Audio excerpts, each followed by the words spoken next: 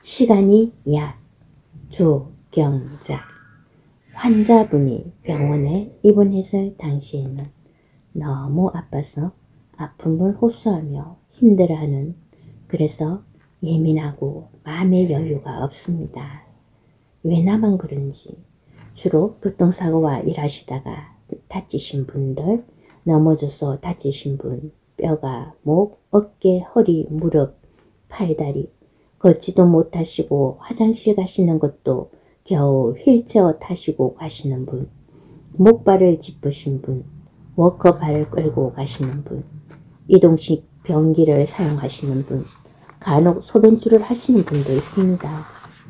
언제 나을지도 모르는 불안함과 불편함과 평소에 활동하던 것들이 마비가 된 듯이 타인의 손을 빌려야 할 수 있고, 처음엔 화가 나다가 억울하기도 하고 현 상황을 받아들이고 수용하기까지 마음의 시간도 필요합니다. 그러다가 마음에서 수용이 되고 몸도 아픔을 동반한 가운데서도 조금의 여유가 생깁니다. 그러면서 병원 생활이 적응하게 됩니다. 수술과 주사와 약물치료 그리고 물리치료를 겸해서 치료가 되는데, 곁에서 지켜볼 때 시간이라는 약이 참 대단하다는 것을 실감하고 늘 자연의 우주에 신께 감사합니다. 어느덧 시간이 흘러 일주일, 2주일, 3주일, 한 달, 2달, 시간이 지남에 따라 차츰 좋아지시고 수술 부위가 다 제자리를 찾고 아물어지고 몸도 마음도 치유하면서 그동안 열심히 앞만 보고 달려왔던 자신을 잠시 쉬어가며 돌아보는 시간도 갖고, 그러면서 삶이 감사하다는 것, 건강을 그리고 몸을 잘 지켜야 하고 관리하고 불편한 생활을 통해서 일상으로 복귀되어 삶을 살아갈 때 아팠던 병원 생활을 통해 얻은 교훈을 생각하며 무조건 감사하며 살아갈 수 있습니다. 건강하고 일상의 생활에서는 모르고 지나온 삶을 자신을 다독거릴 줄도 알고 조금 마음이 여유로워졌다고나 할까? 앞만 보고 사는 것이 아니라 위로 보고 옆도 보고 뒤도 돌아보면서 뭐니 해도 건강이 최고로구나 하는 것도 알게 되고, 자기 자신에게 잘해주게 되고 가족이나 주위 분들에게도 여유와 느긋함과 따뜻한 사랑으로 살아갈 수가 있습니다. 누구나 건강하게 아프지 않고 오래오래 무병장수하기를 바랍니다. 그러려면 자기 몸에, 마음에 그리고 영혼을 위하여 스트레스 받지 말고, 설사 스트레스를 받았다고 할지라도 나름 푸는 방법을 찾아서 그때 풀고 이해하고 용서하면서 흘려보내야 합니다. 그러면 한결 삶이 가볍고 살아가기가 수월합니다. 무거운 짐을 어깨에 잔뜩 지고 지나온 삶의 무게까지 내려놓지 못하고 마음에서 놓지 못한다면 얼마나 이중 삼중의 고통으로 살 수밖에 없겠지요. 국가건강정보 포털 질병관리청에서 보면 손가락뼈는 2주, 손목뼈는 6에서 10주, 팔뼈는 8에서 12주, 허벅지뼈는 16주에서 20주, 다리뼈는 12에서 16주, 발목뼈는 6에서 10주, 발가락뼈는 4에서 6주 정도의 시간이 걸려야 피부, 근육 등이 나아서 암으로 붙는다고 유학기간이 필요하다고 나옵니다.